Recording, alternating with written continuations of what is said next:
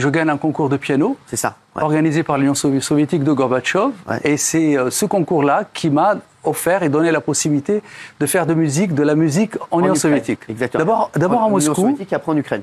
Et voilà, alors pourquoi je dis que la fortune m'est tombée par hasard, c'est parce que j'étais par hasard en visite à Kiev le jour quand l'Union soviétique s'est disloquée.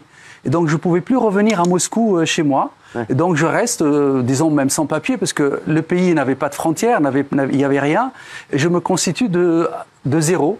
Et restant là-bas, donc je crée la radio FM. Alors il paraît que le président ukrainien de l'époque t'avait confié toutes les bandes FM. Tout à fait. En fait, voilà. Quand j'ai demandé FM, et ben, comme ils ne s'en servaient pas, ils m'ont donné la FM. Et après, tu as revendu toutes les autres radios. Et après, on a compris qu'en fait, que j'avais toute la bande FM. C'est-à-dire qu'à chaque fois quelqu'un voulait avoir une radio, il achetait la fréquence à mon frère et moi. Et donc, c'est comme ça, d'ailleurs. Mon premier million, c'était les Américains pour Voice of America. C'est une radio financée par les États-Unis. Et donc, pour avoir la fréquence, ils sont venus nous voir et nos premiers dollars étaient américains en réalité. Incroyable.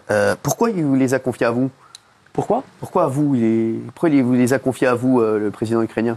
Ben, c'est moi qui avais demandé ça. Ah, d'accord, ouais. En fait, quand il est devenu président, il a réuni ceux qui ont aidé à ce qu'il soit président. Et moi, j'en faisais partie. Ah, d'accord. Voilà. Et donc, ils sont allés dans le...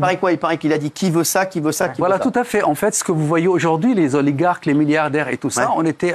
C'est ma génération. Donc, qui veut le pétrole. Alors, celui qui a pris le pétrole, il est milliardaire. Il y en a qui achètent des clubs de foot et tout ça. Et moi, j'ai demandé la FM. Ah ouais. En réalité, moi, je ne suis pas businessman. Je ne sais pas faire, jamais fait de l'export-import.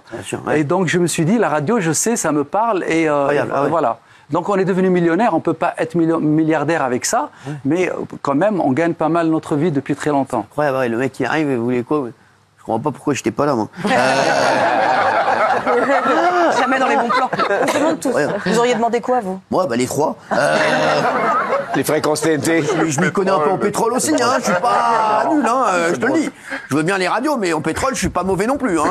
Je te le dis. Non, mais c'est incroyable. Alors, vous avez d'autres business en Ukraine ou pas? Parce que Radio Nova, en Ukraine, Supernova. Supernova, elle existe encore. Et la raison pour laquelle elle s'appelle Supernova, c'est parce que j'étais à Paris avant et j'ai entendu Radio Nova, que j'ai adoré. J'adore d'ailleurs, ils ont un peu changé de programmation en ce moment, mais j'aime beaucoup Radio Nova. Et donc, quand il fallait donner un nom à la radio, on l'a nommé Supernova. Ah, d'accord. Vous avez d'autres business en Ukraine ou pas? J'ai toujours mon groupe de presse là-bas, j'ai toujours mes maisons. Mon frère est ukrainien, ma deuxième famille, c'est-à-dire la famille de mon frère, est ukrainienne.